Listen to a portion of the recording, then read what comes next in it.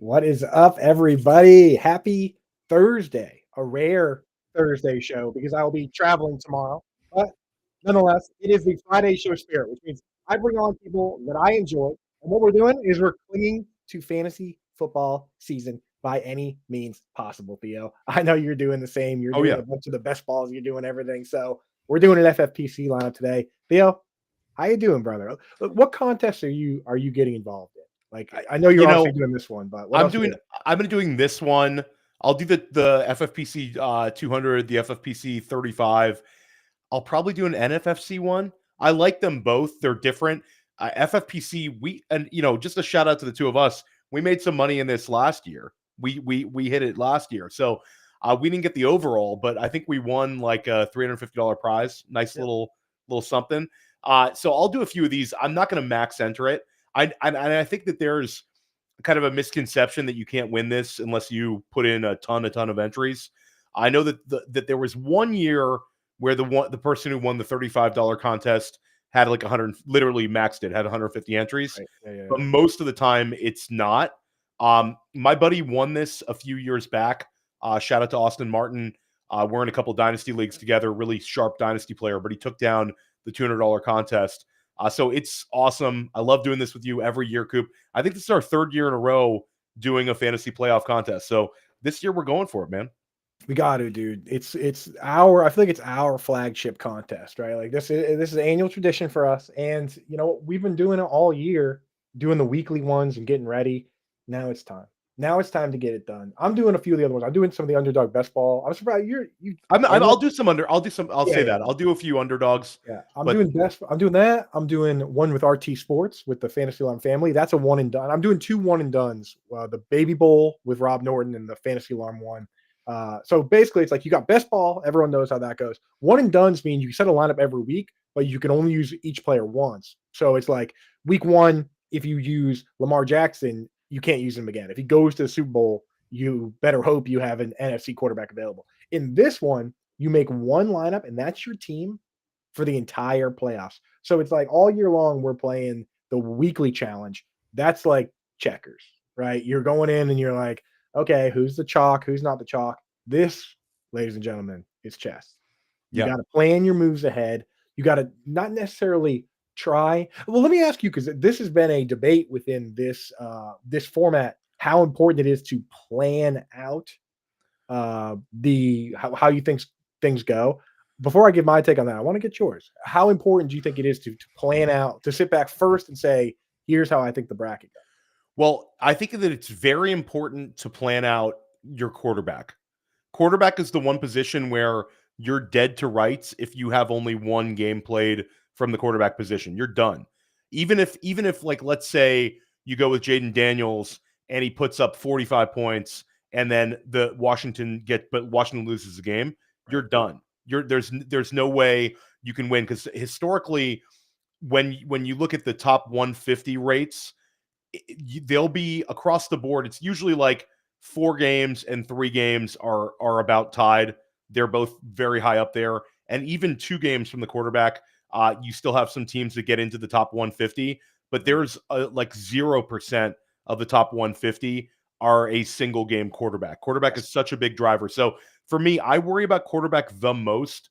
For me, I think that's sort of how you build down where you want to have access to a team that you think can legitimately make the Super Bowl. And if they're not going to make the Super Bowl, then it's a quarterback who will give me a 3-gamer, which I'm okay as well. So, like, I don't know. I think quarterback's the one spot where I absolutely need to plan it out. You need 3 games. That's the thing. Is you need 3 games from the quarterback. So if your quarterback has a bye week, he needs to make the Super Bowl because that's the only Yes. way he plays 3 games. And the misconception, though, a lot of times is that people think their quarterback has to play in the Super Bowl, which isn't true. Because Yeah. in 2021, the team that won had Josh Allen at quarterback, and he did not make it to the Super Bowl. He played 3 great games, and then I think the players that ended up winning it were Cooper Kupp. So you had to have Cooper Kupp scored more points than Stafford in that one, and on the other side, I think it was a running back that scored more points. So it's like you didn't necessarily need to have a Super Bowl quarterback, but you do need to have your quarterback go deep, and you do want to essentially pick. a kicker and defense that might not go super deep. I know one year a guy that won had a guy that came in third had his kicker go all the way to the NFC Championship, I think it was, which is odd, right? But so it's not crazy. The most important thing though is picking the right players from each team. And again, there's some not necessarily luck to it, but you got to lean into the format, right? Like, so here's what we're doing today for those that might be a little confused on the intro here. We're making an FFPC weekly challenge lineup.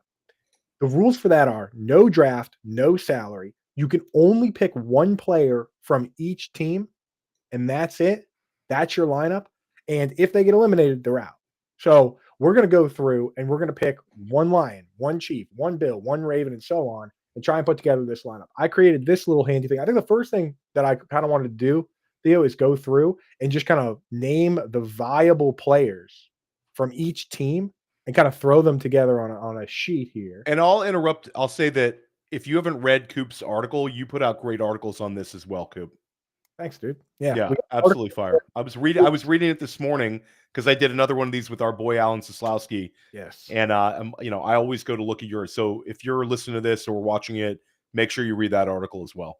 Yeah, we have, and again, this isn't the only contest. This is just my favorite one. Yeah. So we have a contest up for FFP. I have an article up for FFPC. I have an article up for those one and dones and how you can join them with us at Fantasy Alarm and Rob Norton. I also have a grid up for Best Ball. That one is only for the members because that one took a while to do, and Howard wanted that to be special for the members. We always do. The other two are free. That one's for the members. But if anyone has any other format they're playing, tell me what it is. I'll figure it out, and I'll put together some rankings and a guide for it because I want us to be able to play all year round, and I want us to dominate. Just want to give a quick shout out to the chat. Jack sends it in the house.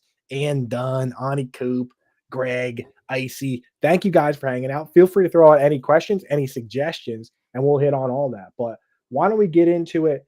And where do you want to start, Theo? What's more fun, starting at the top or starting at the bottom?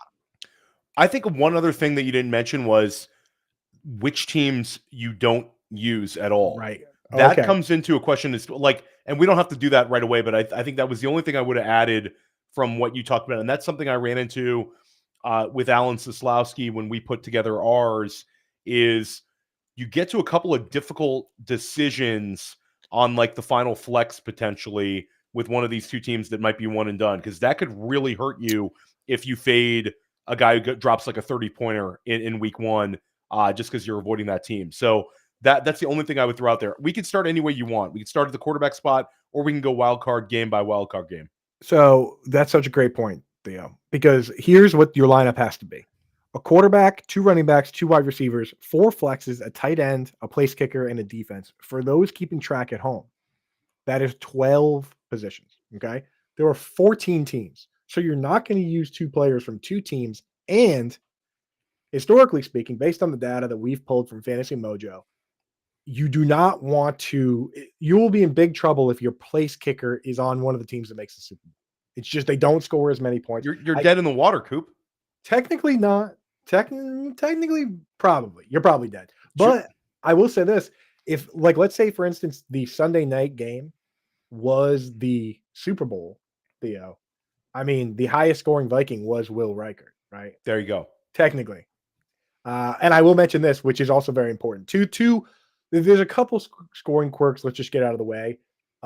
One is it's tight end premium. That's very important. 2, the Super Bowl points are worth double. So having the right players in the Super Bowl is key. One year, it's not always one year when it was Mahomes versus Jalen Hurts in the Super Bowl. Mahomes threw 3 touchdown passes, but Kelsey scored a ton of points because it was tight end premium, and Jalen Hurts scored more points than Mahomes. So actually having Mahomes when he won that year was not the chalk play. So very interesting strategy there. But yes, you probably don't want your kicker and defense going very deep in this. So that's probably where we should start then. I mean, in terms of teams that we don't think we want to use, it's got to be probably towards the bottom there. Yeah, it's Houston, Pittsburgh, Denver, and Green Bay. I know Green Bay's up there, but I just came down with them as a potential defensive pivot. But for me, we can. Yeah, so it's the unused. If you want to go with the unused, I Let's think do that. Because with Steelers, let's just say Steelers right away because they're 10-point dogs. we don't want to use them. No. And there's no value. A lot of the argument for Chris Boswell, to me, that's a wrong way to use your kicker, because to me, the game flow is going to get to it where they're going to have to really push it to keep up with Baltimore. When it's a 10-point spread and a 43.5-point over under, like that game is, the implied point total for Pittsburgh is bad. Really right? bad. Like, it's actually still good for the Ravens because it's a 10-point swing, right? But it's like they're basically saying the Steelers are going to score what, like 17 points, and the Ravens are going to score 27, right? That adds up to 44. So pretty darn close for off the top of that.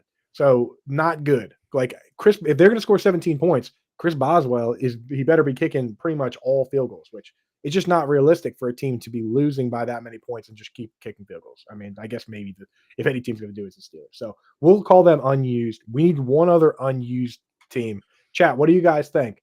And this is where you can get creative if you want and say like, oh, hey, you know what? We're going to get an advantage by completely fading this team, but I don't know. I feel like with this particular move, you kind of just want to go chalky. Yeah, for me, this is one where you can make an argument for several of these other teams. The Houston game, I know they're a team that a lot of people think will not win. They're home dogs, but I think Nico Collins is absolutely in play, even though he's chalky. And I think that Kaimi Fairbairn is a kicking option for us in a tight game where he's been good at home for the season. Denver's interesting. Denver might be another team that's a full fade, despite having some guys like Cortland Sutton. I could see the game kind of getting away from them. And I still think that there might be viability in using them defensively just because of the talent they have on defense. But it's a tough ask against Buffalo, you know? Why don't we leave that decision for later? Because I feel cool. like we're going to use Sutton or we're going to use nothing. Okay, cool. Right? Like that's my thought. I don't think I want to use the DSD. So it's like we'll get to that point when we're putting in the lineup and we're putting things together. Ann Dunn says Houston as a fade, which is kind of interesting. Again, yeah, we can hit on Houston right now and say, okay, it's Nico Collins or it's Mixon. Again, I wouldn't feel that strongly about Mixon. I think if you want to go super like contrarian and have a little leverage potentially, Dalton Schultz might be one just because of the matchup and the tight end premium and the fact that they have to utilize Schultz because of all the guys missing at wide receiver from the season. So for me, I kind of prefer Schultz as a pivot to Mixon, but you could twist my arm into Mixon. There's so many running backs we're going to like though, Coop. And the people at home. So here's the crazy thing about this format, Jeezy. You have to start 2 running backs with 4 flexes. If you want, you can start 6. Yeah. Yeah. So you're like, it's carte blanche out here. It's crazy. And that's what makes it so interesting is that you would think a lot of people would have the same lineup. Not true. In fact, last year was the first time ever that the same lineup won the $200 contest and the $35 contest. There's 2 different contests. The $200 one has bigger prizes and has fewer people in it, but it costs you $200 to get in. We're going to do the $200 one because we're big boss hogs and we've been doing this for a while. There's also the $35 one, which if you use promo code ALARM right now, ALARM, then you can go in and get a $25 bonus when you deposit $35 or more. So if you go in, it's your first time playing, deposit $45, use promo code ALARM. They'll give you 25. That gives you 2 entries at $35. I'm crushing the math today, Theo. It's incredible math. Incredible. Is this a calculator right here, dude? Is not just a hat rack, right? No. So I'm telling you, you can get in, you can get started and play. And if you do, that's what I like to do with these contests is I like to feel them out. The first time I play a contest, like Underdog Playoff Best Ball 2 years ago, I played it for the first time. And I kind of just did the cheap ones and decided if I was going to be good at it. And it turns out that I can play it. And then the next year I go up to the next level. That's how I encourage people to play. If you've never played before, don't do one $200 one. Even if you want to spend $200, do a couple of the $35 ones. Get a feel for it this year. And if it turns out you're awesome at it, like Ann Dunn is awesome at FFPC, then next year you go in and you can do $200 or multiple $200. So use promo code ALARM. They'll give you $25 when you deposit 35 or more at myffpc.com. But yes, you can use tons of running backs and stuff. And to Theo's point on Dalton Schultz, people at home might be saying, Dalton Schultz, are you kidding me? That's stupid. Last year, in the first round, the chalk tight end across the board kind of ended up being a guy that got eliminated in the first round. Do you remember who that was last year, Theo? Let me think. I don't remember. Jake Ferguson. Oh yeah, there you Last go. year, Ferg in in week 1, they lost to the Packers, but Ferguson scored 3 touchdowns and he had like 10 catches. Dude, he scored more points than any player in the first round. Any player at any position. He scored more points than Josh Allen. He scored more points than Puka Nacua. He scored Daniel 40 points. So going with something like that isn't necessarily crazy if it's the right matchup. A few of these tight ends are going to be in play, especially as a way to become contrarian. And like you said, with the format, if you get the right game flow, a couple of these guys can be really helpful. Yeah, exactly. It's like here's what you want to do with the teams that are getting eliminated in the first round. You want to either not use any of their players, right? You want to use either a kicker or defense, or you want to use somebody who has exceptional upside and can go out and score you 30 or 40 points and then just fade off in the sunset. That is the perfect way to approach it. So we're trying to navigate that. So with the Broncos, we think it's just Sutton. With the Texans, could be Collins, could be Mixon, could be Schultz. You don't like Mixon, so we'll get him out of there. Well, we're not using players we don't like. Yeah, for me, I don't feel like super enthusiastic about it. Yeah, I like Fairbairn. I like Collins. That's pretty much it. Yeah. Now with the Commanders, this is interesting. The Commanders is interesting because this Commanders Buccaneers game, 50 point over under, and the spread is 3. Yeah, anybody's game. So it's anybody's game here, and I want to get your take on. Yeah, I mean, this one's so crazy for one and done leagues because it's like, do you use Mike Evans or Terry McLaurin in a one and done because you're going to lose them? But in this, we're kind of playing for the long haul. So these quarterbacks are great for one and done, not great for this format, right? Yeah, because I just don't see either team making that deep of a run. This seems like the kind of game where Mayfield and Daniels might both put up big numbers in week 1, but one of them is probably going home in week 2. If I had to pick one of these teams to make a deep run in the NFC, Tampa Bay would be the one for me. I just think it's I like their makeup a little bit more to win multiple playoff games. But again, I would bet on them winning one game. I think they win against Washington this week, and then they probably lose next weekend. Yeah. Washington fan in the chat says JD, Terry, and Ertz. Greg, you're not far off. I think we're going to not use JD. Ertz is the one that I like in this because I think Ertz is. I think there'll be more people on McLaurin if we're talking about like roster percentage, and I think Ertz will be a little bit contrarian.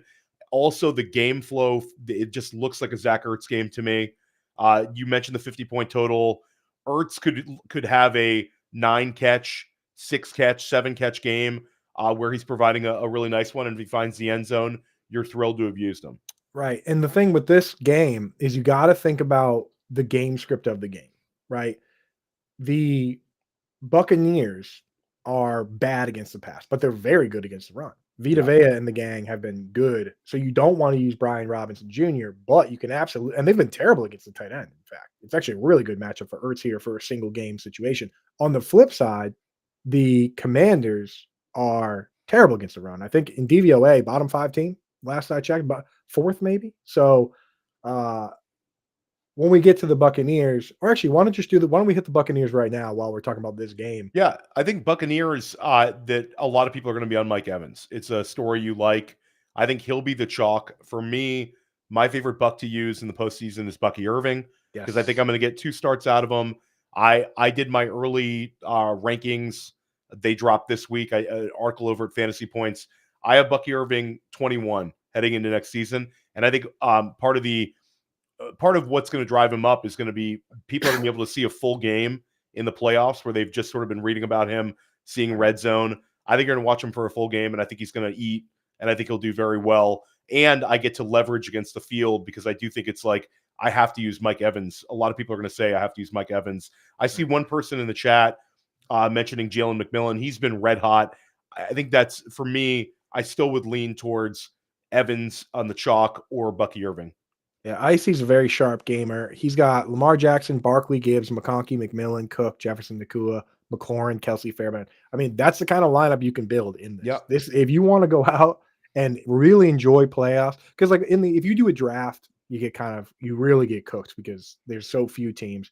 And then like a best ball and regular drafts. And then when you do like the salary ones, you get, again, you get dogged. Like this is the one where you can build the mega lineup and really have it's all high fives all the way down, right? Oh Like you yeah. can build crazy, crazy lineups here. So I'm with you on that. I love the Bucky call there. My hesitance. So in thinking about Earth, the problem that you run into is what if the Commanders win? How capable of multiple big games is Earth? I guess he is. I mean, you could also. I think that's a great point. If the Commanders go on a run, you might be. I know the Bucks game is like a bad matchup, but if the Commanders win, potentially having a running back next week would help.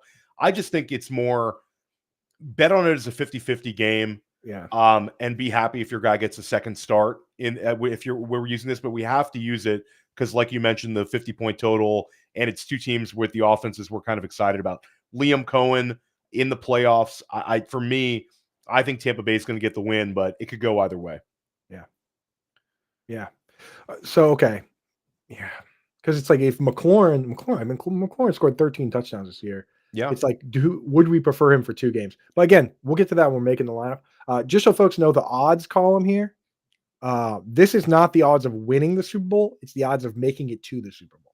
So it's the odds of being the NFC champion or the AFC champion. The reason we do that is it doesn't matter if you win, right?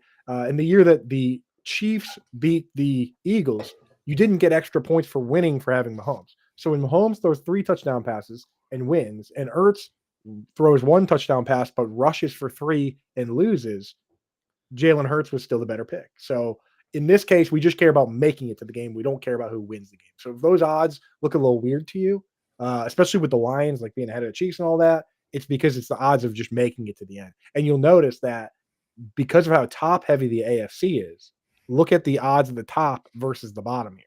Like the Vegas is not giving a lot of these AFC teams a chance at all, right, Theo? Yeah. It is a tough road. I mean, it's like to get there, you got to beat 2 of essentially have to, unless there are big upsets this week, you gonna have to beat 2 of the Chiefs, Bills, or Ravens. It's a tough road. AFC is going to be awesome. And it also makes the quarterback decision extremely difficult too, as well, Coop. Yeah.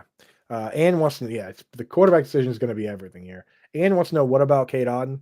Honestly, I think what essentially happened with him is when Godwin went down, McMillan was also hurt, and Evans was even briefly hurt for a while there, and Cade Otton was the only show in town.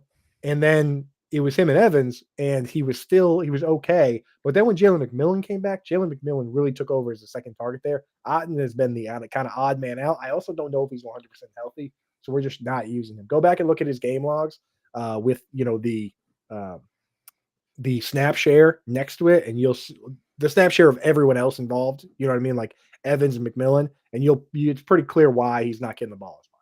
So can't go with him there. On the Rams front here, here's the interesting one: is that a lot of people like Kyren Williams, but he does not have a great matchup round 1. So if they were to lose this game, it could be bad or it could be good. This one for me, I think you sort of nailed it, where Kyren Williams, you can make sort of the very logical argument. I think there'll be some very, very smart people on Kyren as a way to leverage against the field. Rams can win this game. You can get 2 games out of it. Blake Corum injury, it's going to be a ton of Kyren Williams, as much as he can handle. But at the end of the day, how can we not go with our guy Puka Nacua that we had last year, Coop? I mean, at the end of the day, Puka Nacua, like Sean McVay didn't want to didn't care about playing his starters last week, even though technically there was something to play for. He said he doesn't care about what seed he gets. To me, he's hyper focused on winning this game, knows he can win this game, has the home field advantage. And what did he do last playoffs? They made Puka Nacua the focal point of their offensive game plan. He set the NFL record for rookie receiving yardage was just a unbelievable force, had one of his best games last season in the playoffs. They're going to need him to win the game. The game flow looks like they're going to have to use Nakua. This is one of those things where I don't think you need to be contrarian. I don't think you need to try to leverage the field. You want to eat the chalk and play Puka Nakua. 30 points he'll score this week, and you're going to be like, I'm really glad I used him, win or lose. Right, and the Vikings are a pass funnel. I mean, their pass defense isn't bad, but their run defense is just so good. Like that you have to throw. Yeah. So I'm with you on that, man. It's got to be Nakua. Greg does make a good point here about McMillan. Is that Evans will face Lattimore? They do have a history of fighting, but I don't know. I feel like they got to treat it like playoff hockey here, where you don't fight in the playoffs, right? If you get kicked, like that would be so stupid of him. It would be unbelievably stupid for both those guys. So yeah, I don't think they're going to do that. Yeah. Let's hit on the Chargers here. The Chargers, for me, are a dark horse team to do some damage in terms of winning. I think that I think that they have the components of real NFL football. This is a fantasy football show, but in the playoffs, I mean, what you want is good coach, good quarterback, physical play style, and takes good care of the ball. And this team really doesn't turn the ball over. They win the turnover battle. That's a team that can win some games, but are they going to win it in a fashion that is good for fantasy football? So that's a very good question. And I think that this is one where multiple players are in play for the Chargers. You bring up the fact that you think they could make a run, but you're not 100% sure on it. So I think this brings into play, when in doubt, you could use the defense or kicker from this team, because I do think when it comes down to the flex, it's either use Ladd McConkey, but I think a lot of people are going to be on Ladd, or pivot over to J.K. Dobbins. For me, it's use Ladd or go with one of those one of the one-off positions. I think that the Chargers win this week. I'm not sure that they win again the following week. I know they're capable of it, and I think that they will have a good game plan and they'll give it a good game. But at the end of the day, I think this is a one and done team. And Coop, I'll never say never, because last year I thought Cleveland was going to beat Houston, and I know it's apples and oranges. But I think there's also a scenario where LA does not win. They're 2-point favorites, right, which is road favorite is road favorite, but they're not going through a field goal in that game. So for me, it's use Ladd McConkey or go with a one-off. Do you want to make an argument for Dobbins? My argument is, yeah, I don't love the argument. Like, yeah, I mean, Dobbins is interesting depending who they play in the next round, but I mean, if they're going to face the Texans and then the Ravens, you really don't want the running back, right? Because the Ravens, it's Ladd, man.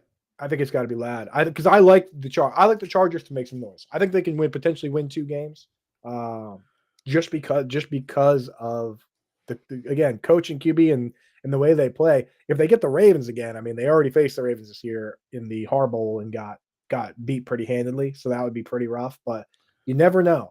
You never know. So I think I do like the idea of Ladd, but we'll have to see how things shake out and what other positions we want to fill here. This is probably the most interesting team coming up here is the Packers, man, because boy, there are so many different options. None of them super sexy, but any one of them could end up making noise. And it's something like this where the margins are so small. Like when you look at the scoring at the end, it's like the guy that wins beats the next guy by what? A couple points, most cases. Yeah. Right? So it's like, if you it could boil down to us having a very similar lineup to the guy that wins, but he used Tucker Kraft and we used Dontavian Wicks, and that's why he beat us, which is kind of a rough thought to have, but it's a thought that's got to be in your mind. Yeah, I mean, for me, I think that there'll be a lot of people on Josh Jacobs, but I don't think they're necessarily incorrect. He's been so good over the second half of the season. And Coop, you can't really make an argument in your head where Green Bay wins in Philly and Josh Jacobs doesn't have a good game. Yeah. So I think they're going to try to establish Jacobs. I think Tucker Kraft is an interesting pivot. And I'll just bring it up. The last time these two teams played, War Daddy had like 160 yards and 2 touchdowns. So like things happen in the playoffs. But for me, Kraft and Jacobs, and I'll say that this is also one where the defense is in play because Hurts has been banged up. Yeah, I don't know if I want to do Kraft. The problem with Kraft, touchdown dependent a little bit. Well, and that's the thing is that if this was like a best ball league or if it was a standard format, he can break off big plays. He has 260+ yard plays and he scores touchdowns, but this is tight end premium. You don't get extra. The premium is only applied to the receptions. So when we say tight end premium, it's 1 point per reception for every player. Tight ends get 1.5. But Kraft isn't somebody that goes out and has like 8, 9 receptions typically. So he doesn't really benefit as much from the rule. Um, but again, in any given week, so a different player on the Packers can make it happen. And Romeo Doubs is Christian Watson tore his ACL, so he's done. Yeah. So it is a little more consolidated, but Dontavian Wicks is just going to step right into that role.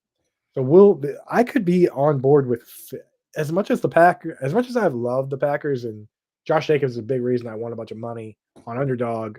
So I love him, but I could be in a world where I'd consider fading the Packers. Yeah, I'm not against that. I think it'll come down to it.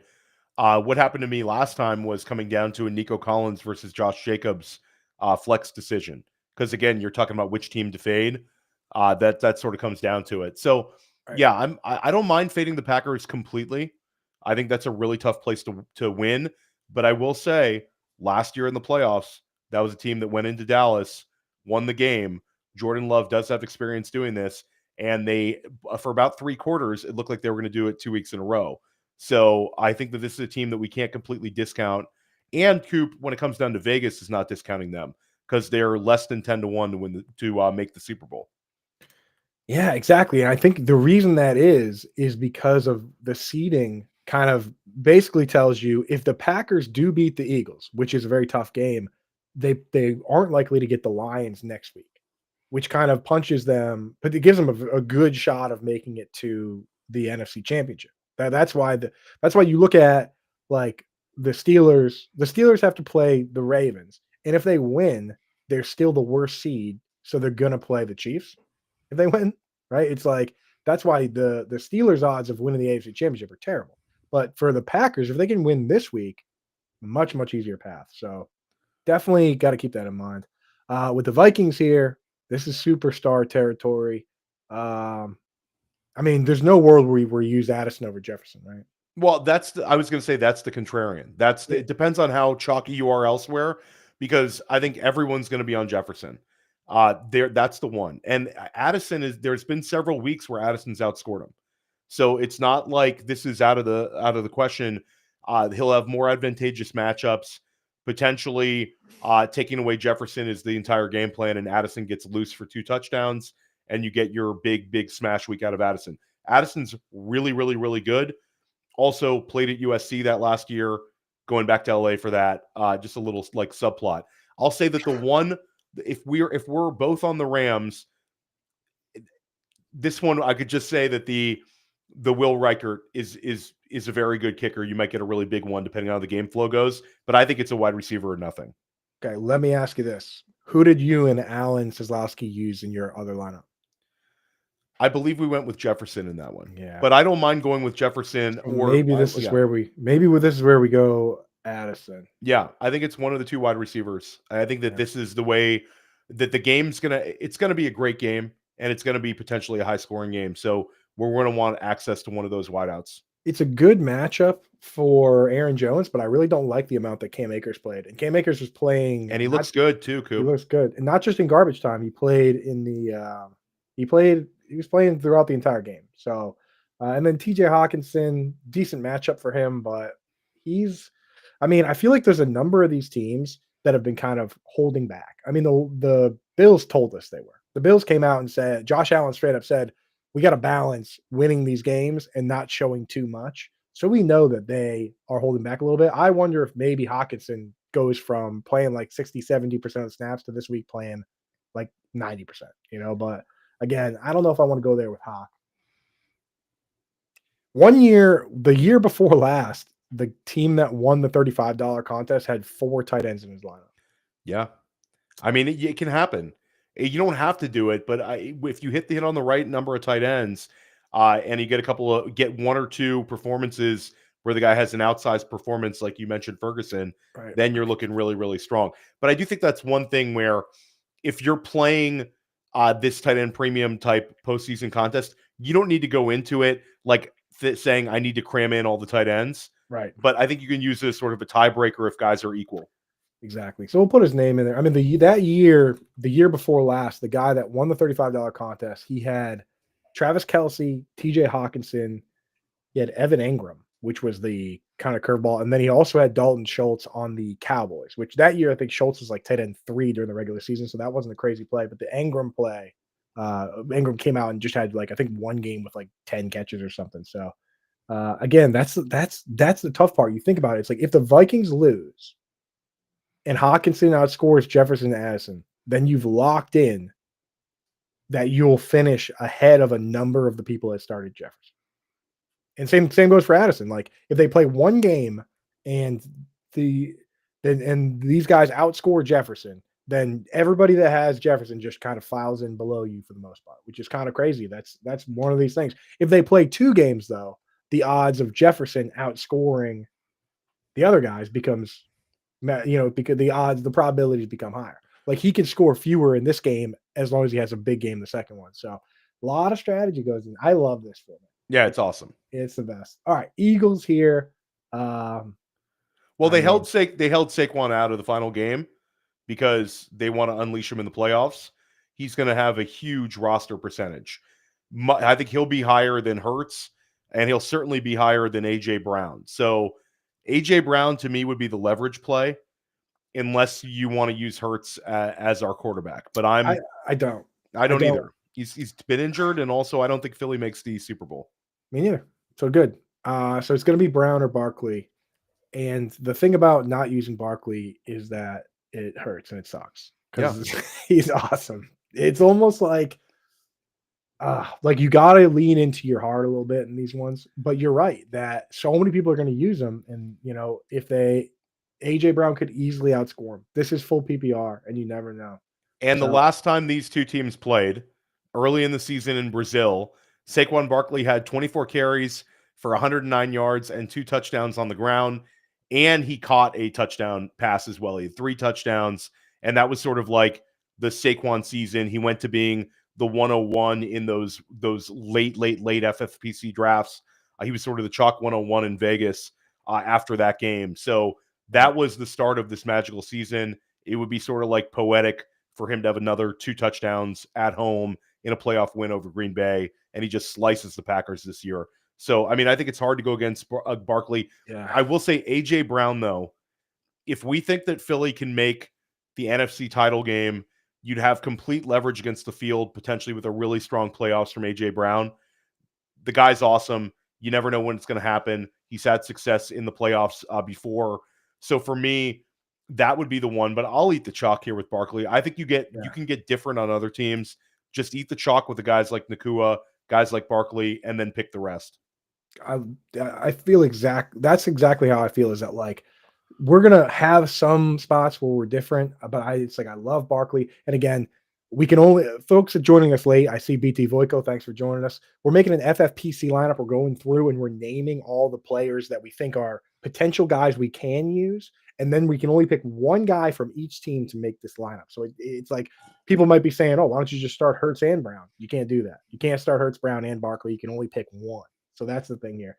Just as a side note, I want to ask you, Theo, it's like I've been thinking a lot about it, and your son's a big NBA fan. Oh, yeah. It's like in the NFL, I feel like as much as we disagree, in general, there's a lot of players that like everybody likes. Like people like Barkley. People like Josh Allen. Like you'll argue Josh Allen versus Lamar Jackson, but people aren't really like hating. What is it with the NBA and like everyone hating everyone? Like, why does everyone hate Jason Tatum? Like, what does Jason Tatum ever do? Why do people hate LeBron James? I mean, like these guys seem like pretty good dudes and they're great basketball players. Doesn't that hurt their product to just like have everybody hating all the time on everyone? Yeah, I mean, the NBA is definitely a hater sport. I think guys are more amplified because there's only 5 guys on the court and there's no helmets. So I think you get to know the players better and you see the guys longer. They play way more games. I live in New York, and Knicks fans will go into the Trey Young chant, even in games we're not playing against Trey Young. It's crazy. And I was at the original, I won't curse on your channel, but the Trey Young game. Right. I was at the Garden for that game. You have never heard that many people yelling that. And on the train ride home, they're yelling it. So, you get this real hatred and animosity. It's crazy. LeBron, I'll say LeBron, he's been like a lightning rod, though. But Jason Tatum stays quiet and doesn't hangs out with his son. Doesn't give his opinion on anything. So it's I don't get it. Sense. It's crazy. People hate even like Steph Curry. Like, is there even an NBA player that's immune from? I mean, Jimmy Butler gets a ton of it.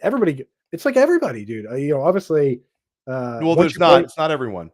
Jalen Brunson is universally loved by everyone. True. Jalen Brunson. There's even the fan base is going against the Knicks. Jalen Brunson universally loved by. I think he might be the most loved NBA player. Not a whole lot of hatred towards Anthony Edwards. Everyone loves Anthony Edwards.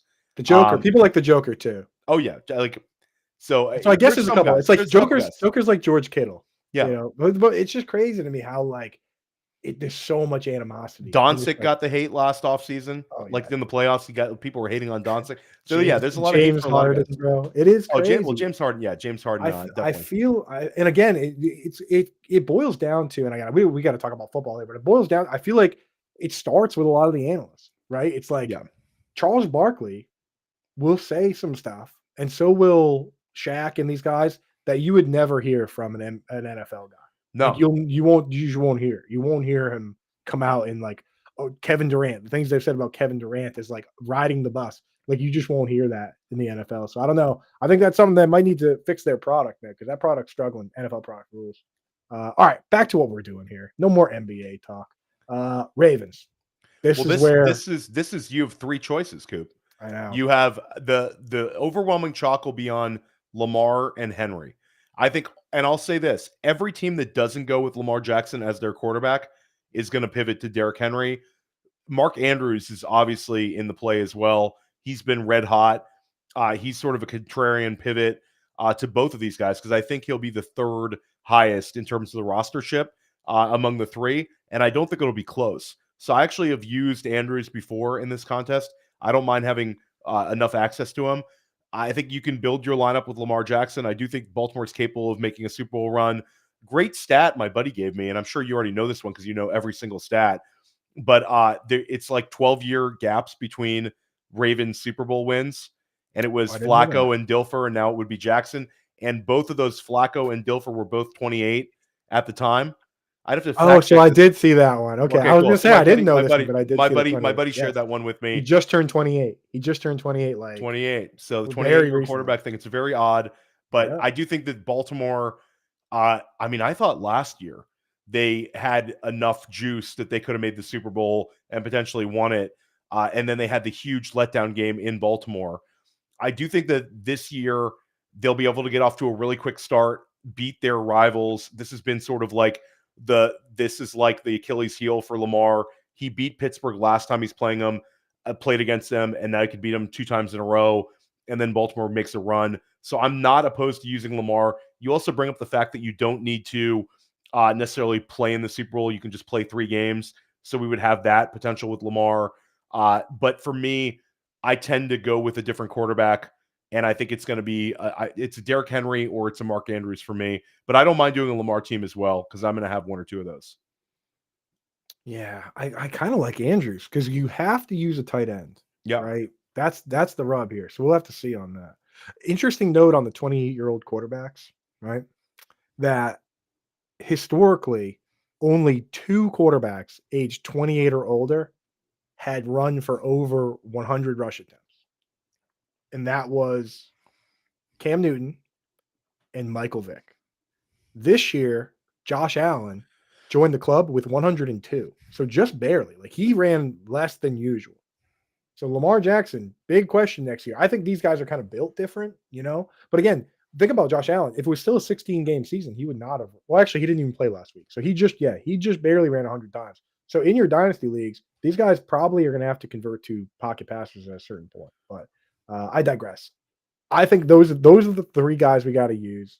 I kind of like the idea of using Andrews. We have to use a tight end. I feel like everyone's going to be using Kelsey, right? So we'll see. Let's push through these last few teams. Bills, you got Allen.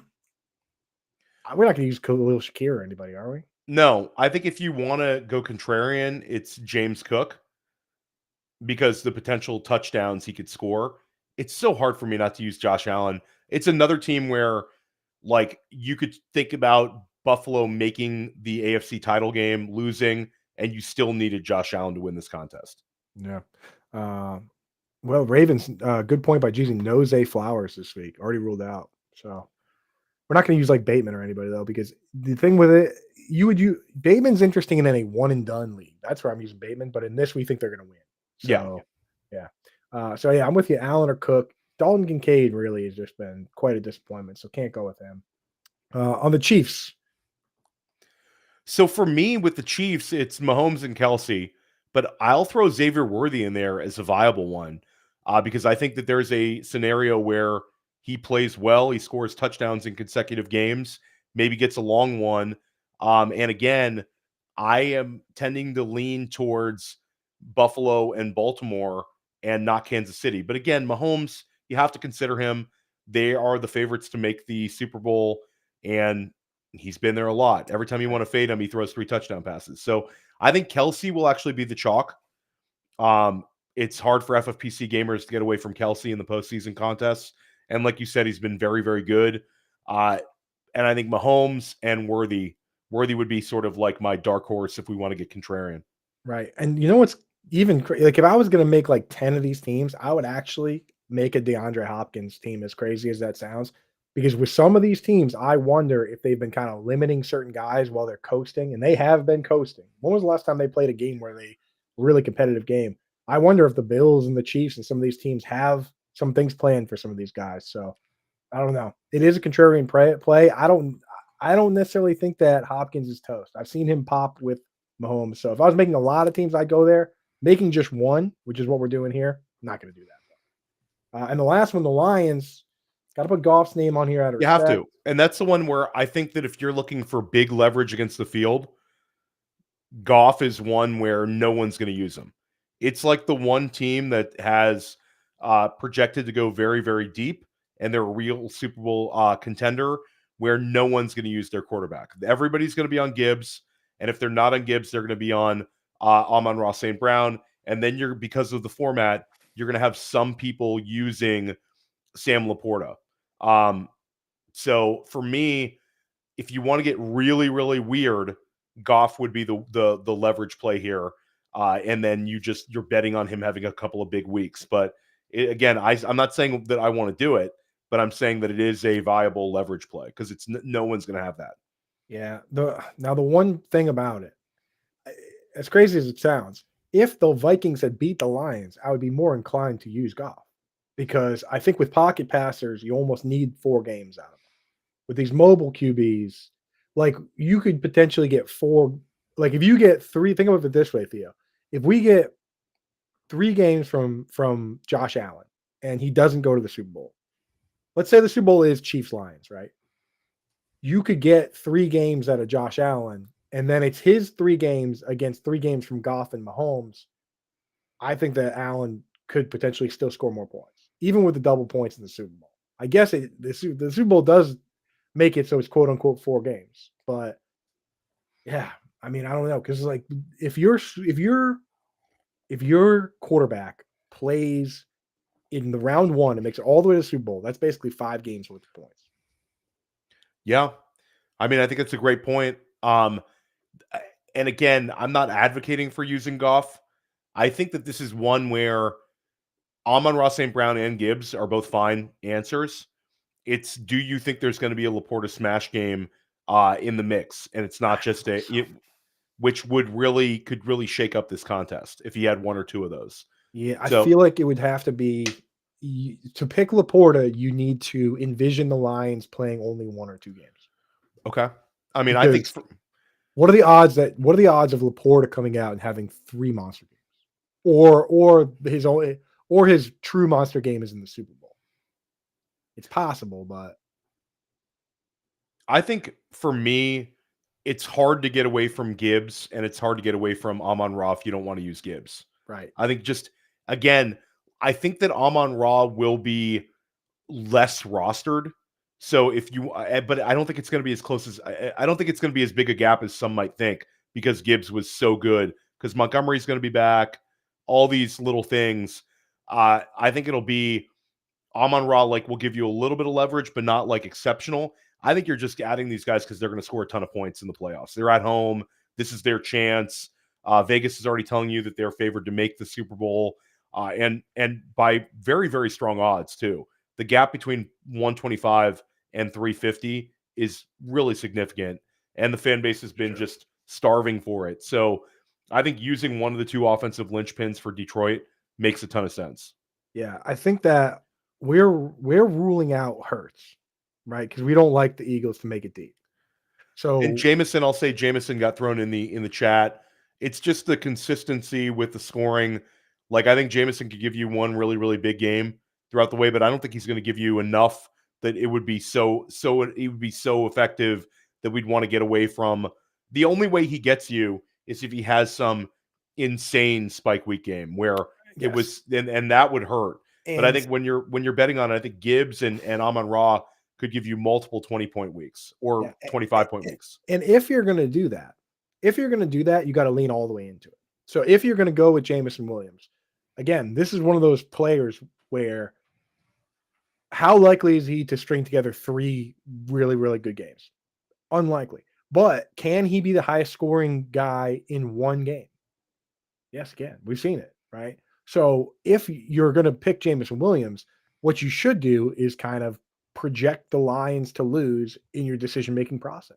And if you're going to do that, then you're going to want to lean into your Vikings or lean into some of these other NFC teams, right? Because it's like, again, it's hard to envision a world where you look back and say, oh man, like Jameson Williams should be the Super Bowl MVP because of what he did this playoffs, right? Yeah, I mean, you can make an argument for it, but again, it's the predictable touches, the predictable usage, and I think there'll be some wrinkles, but at the end of the day, Ben Johnson's going to use like his main guys. There might be a huge Jameson Williams play. You might get Jameson Williams going for a 70-yard touchdown, but the amount of targets are most likely going to Amon-Ra.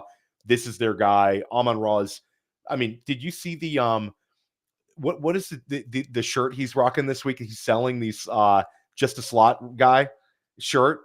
He was called that by George Pickens, called him that, and he's making money off it, and they're the dopest sweatshirts ever. I got to get one of those because I like 3 years ago I was like so out on Amon-Ra St. Brown, and I said that he would just be the next Tyler Boyd. I thought he was just going to play slot, which is why I figure when they because we've seen it a number of times where a team will bring in other guys and then he becomes just a slot guy like Tyler Boyd did. Tyler Boyd had multiple 1,000-yard seasons playing both ways, and he ended up a slot guy. Boy, I was super wrong on that. So maybe I should get one of those shirts.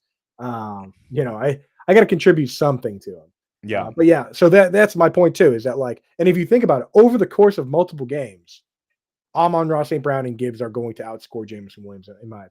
Yeah. Which is why I'm saying that. Can Jameson Williams outscore those guys in one game? Absolutely. Once you start getting to 2-3 games, the odds become worse. So if you want to, if you part of your plan is to say, I think the Lions get knocked off early, then maybe you do something like that. But for us, we're projecting the Lions to go a little bit later, so we don't. So with so let's get over here and let's make this again. If you want to make one of these lineups or make multiple of these lineups, go to myffpc.com. Use promo code ALARM is the one we're using right now. ALARM promo code ALARM will give you $25 when you deposit $30 or more, $35 or more. So again, you can do $35 ones, you can do $200 ones. If you put in $75, they'll give you 25. That'll get you $200. Or you can put in $45. They'll give you 25. 2 entries at the $35 level. So to start this off, should we just start at quarterback? Sure. That gets it out of the way. So for me, if you want to go with the Josh Allen team, Lamar Jackson team, those teams are like, always the most appealing to me, unless you think it's going to be a Chiefs Super Bowl. Let's go Josh Allen, because that team, I mean, just like for this example lineup that we're also trying to win a lot of money with, I don't want to use James Cook. That's what it boils down to, because I'm not going to use Shakir, Amari Cooper, any of those other guys. I don't want to use the kicker or defense. So I'm just going to go with Josh Allen. He, to me, is one of the best like standalone naked quote unquote plays. That's what we say in DFS, where there's not even like a good stack. So I think Josh Allen is the way to go. Yeah, I'm with you. Let's do a Josh Allen team. Okay, so now And that we that's have I think they're making the Super Bowl as well. So that's now like that we my have our quarterback, yeah, we do this bingo, bango, bongo, and take those names out. You know. yeah. So okay, so we think the Bills are going to make the Super Bowl. If that's the case, the Chiefs to us are only going to play 2 games maximum. So do we go Kelsey? Do we go Worthy? I think we come back to the Chiefs. Okay. I think we get the Lions out of the way. Yeah. Because that's the tough decision. Do you want to go with Gibbs or do you want to go with Amon-Ra St. Brown? So with David Montgomery back, I'm not too worried about Gibbs, but I'm not too worried about him just because he's been so dynamic and so unbelievable. I could literally go either way on this one. But I do think that they're going to continue leaning on Gibbs. I think so as well. But I'm on St. Brown. Let's go. Listen, Sun God is fine as well. I think it's like, and you will get a little bit more unique with this one. I think there'll be more Josh Allen, Jahmyr Gibbs teams than there'll be Josh Allen, Amon-Ra St. Brown's teams. Yeah. All right, let's put And that in there for now. You could see Amon-Ra St. Brown winning the Super Bowl MVP. Right. And we could always switch it. Gibbs was so good last week. He's been unbelievable. It was a 6-day stretch where he was so good. I have him number 3 overall in my 2025 rankings. I think he's exceptional, but we're talking about a little small sample size here, Coop. Right. For sure. Yeah. And again, Monty's coming back. Plus, I mean, I know it's a much shorter stretch of games, but I mean, the odds of running back getting injured are a lot higher than the odds of wide receiver. Knock on wood. So let's go Amon-Ra. Let's lock him in. Yep. Okay. Let's Ravens. So this is the thing. We don't love like Ertz. We don't mind Ertz. If we're gonna use Ertz, then that means we don't have to use more than one tight end. That's the No, thing. we don't have to. But you can because it's tight end premium. I think you're going to end up with multiple tight ends, Coop, when you look at this list. Kelsey, to me, it's hard to get away from Kelsey in an FFPC playoff contest. I like Worthy as the very high leverage play. It's a 2-week sample. He gets a touchdown in back-to-back weeks. Maybe one of them's a long one, and you're glad you used them. So, like, Worthy would be sort of the leverage play for me. But it's probably Kelsey. I don't mind eating the chalk on that one. What it boils down to is that in any given game, Kelsey can have more targets than Worthy. Yes. And in this format, if they get the exact same number of targets and receptions, Kelsey's are worth more. And I think that's just like for some of these guys, you look at Nico Collins versus Dalton Schultz, you have to factor in the tight end premium. In this case, you don't even if it wasn't tight end premium, Kelsey could easily score more points. So I think that's such an important tiebreaker that I'm fully with you on that. So we'll go Kelsey. So we have a Lion, we have a Chief, we have a Bill. I think we've got to go through make our Minnesota decision. Yeah. I mean, I think let's just go ahead and get Puka Nacua out of the way so we don't overthink it. Because I know we both want to use Puka. Yeah. So we're essentially eating the chalk on Allen and Nacua, and Kelsey. I think those 3 guys are all going to be very, very highly, very, very highly rostered. Amon-Ra will still be highly rostered, but he'll be less rostered than Jahmyr Gibbs. So we're pretty chalky right now, but it's not necessarily the end of it. So if you wanted to get weird, go Jordan Addison over Justin Jefferson. But we don't have to. We can come back to that one. Yeah, let's come back to that one. So one thing that we're doing here is like I took James Cook off the sheet. I took Puka Nacua off the sheet. And if anybody wants this sheet, I'll go back and I'm going to post the sheet in the Discord with all the names on it before I erase them. We have the technology to do that. So on Coop's Corner Discord, I'll put that in the Discord. I'll put that in there for everyone. But okay, so we have to use 2 running backs. Every other position, it's like it doesn't matter about the limits. Obviously, quarterback. But looking at these running backs, like if we're not using Gibbs, well, we're using Saquon, right? You want to use Saquon. Yeah, and we're using Bucky Irving. That was the plan. I like Bucky Irving. I like Bucky Irving a lot. So that to some degree solves.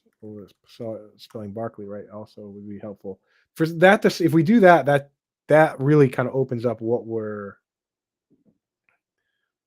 And again, we've eaten more chalk here. Not with Bucky. No, not with Bucky, but with certainly with Saquon. Yes. Okay, so we have Bucky, we have Saquon. I love it. Amon-Ra, Puka Nacua, Josh Allen, Travis Kelce. Now we're into the flexes and the kicker and the defense. So in this, if like this is where we say to ourselves, okay, part of our plan is that the Vikings lose. And then that's where we take Addison or Hawk. One game, Addison pops for one game, the Vikings lose. Right? Again, like I think that there's a chance that this game could go either way for me. I think we want to have access to either one of these guys, but for me, we're already a little bit chalky in some spots. I think Addison would get us different. But again, I still want to start Jefferson. Am I crazy for that one? No, I think we should. I think we can go through and just make a fairly chalky team here because sometimes that's what wins. A lot of times in the weekly one, that's what wins. Yeah. So we have the thing is if by having Puka and Justin Jefferson in there, you really do kind of quote unquote protect yourself from the fact that it's a 1-point spread and either team can win. Because again, the longer the sample size of games, the more likely the better player scores more points. That's my whole take on it. If you're having a team lose after one game, that's where Devonta Smith, if the Eagles lose week 1, Devonta Smith could easily outscore AJ Brown and Saquon Barkley. I mean, that's what you want. You have to think to yourself is like, but if the Vikings were to win 3 games, you would think that over those 3 games, Jefferson would be the high scorer, you know? Yeah, I mean, I love the way you're looking at it. We have Nacua and we have Jefferson. We think maybe we have 50 points in week 1, and then we'll have 25 points in week 2, and there's a chance that one of these guys plays 3 games. So I love it. I think we use both of them. We just eat the chalk there. Right. And what we can do then is that, for instance, let's put a player in our lineup by doing it that way, right? We think the Commanders lose. Terry McLaurin, like Zach Ertz, could easily in tight end premium be the high scorer in this format for one game, right? So that having Ertz not as our tight end but in a flex, that is a move that could differentiate us for sure. Yeah, I agree. I think that Ertz is going to have less exposure than McLaurin.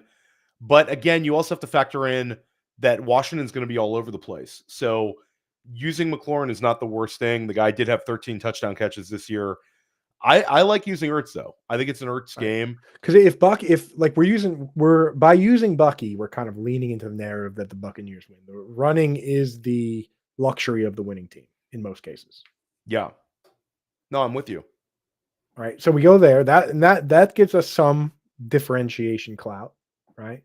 So for remaining teams, we have Packers.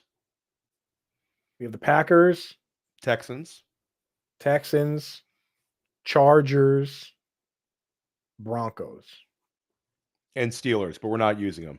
So we're not going to use the Steelers. Do we want to? We have 2 flexes. Oh, we got to get our Raven in here. So we got to go Derrick Henry or we have to go Mark Andrews. I mean, we have the Bills going deep, so I think it's not crazy to go Mark Andrews. It's not, and especially with Zay Flowers out, they're going to have to lead him in the passing game. But I do think Derrick Henry could have a very big, I mean, you're talking about a 10-point spread almost at home in Baltimore. Let's save the Raven, and let's make our final flex besides the Raven. Okay. It comes down to Jacobs.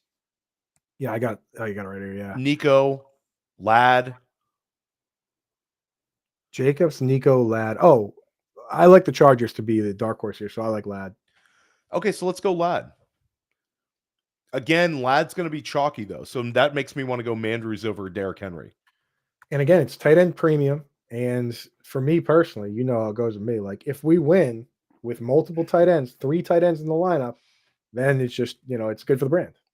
You have to stay on brand, Coop. You're not allowed to do a single tight end lineup in this contest. Exactly. 3, I think 3, if we win with 3 tight ends in the lineup, that can be one of those moments, which, it's great for everybody, really. Okay. Now we need a defense. So we have 3 teams. We're ruling out the Steelers. We have 3 teams remaining. We need a defense and a place kicker. I think the defense is kind of the toughest one. We don't want to pick Denver because we have the Bills. We need the Bills to do big things. Yeah. Green Bay against the Eagles. And again, we're kind of fading the Eagles. Or we can go Houston against the Chargers. I don't think we're not going to do Pittsburgh against Baltimore. No. So it's Denver, Green Bay, or Houston. You're calling this one. I see the idea of, Houston's got the best defense, but Chargers don't really turn the ball over. Yeah. This one you could go either way. I'll also say, the Green Bay, using Green Bay for this one, because Philly's been a little banged up at the quarterback spot. And we're kind of fading the Eagles. Like, that's part of our game is that, like, we still have Barkley, but we're kind of, we said we don't think they go to the Super Bowl. Yeah. So I think Green Bay is the one to use. But it's a 4.5 point spread. Denver is 8. Pittsburgh is 10. Houston is what? Houston's a 2-point dog. So Houston, like, if we were just going to play it by the book and the odds of that team continuing on, it would be Houston. Yeah, and Houston's at home as well. There's going to be a lot of juice there for that defense to perform well. But again, you're almost betting on the volume approach with Houston. I think what we do is we use Green Bay's defense and then we use Kaimi Fairbairn. Oh. Done. Let's do it. All right. Here's the lineup, everybody. We went a little overtime, but dude, this is such a special contest. It's so much fun, Coop. So much fun. It's one of my very favorite guests, dude. Look, it's my favorite guest. So we go a little bit overtime on it. Oh, yeah. Here's the lineup. And folks, if you want to make a lineup like this and get some skin in the game, let's say your team is, I don't know, maybe like the Patriots or something, and you really don't care. You don't care to the point that even your division rival, the Bills, like, if they win, good. The fans deserve it, right? Like, I don't really have any much rooting interest, but now I do. Now I have a $200 buy-in FFPC team where I can win $500,000 if I win. And there's over $1 million in prizes. So even though I come in like 3rd or 4th, I'm winning crazy dough. And I'm rooting for Josh Allen, Saquon Barkley, Bucky Irving, Amon-Ra St. Brown, Puka Nacua, Justin Jefferson, Lad McConkey, Mark Andrews, Zach Ertz, Travis Kelce, Kaimi Fairbairn, and the Packers defense. Now all of a sudden, the playoffs are fun again, baby. Fantasy football is back. So get set up at myffpc.com. Use promo code ALARM. They'll give you $25 when you deposit 35 or more, and you can get in the game here. So, Theo, what do you think?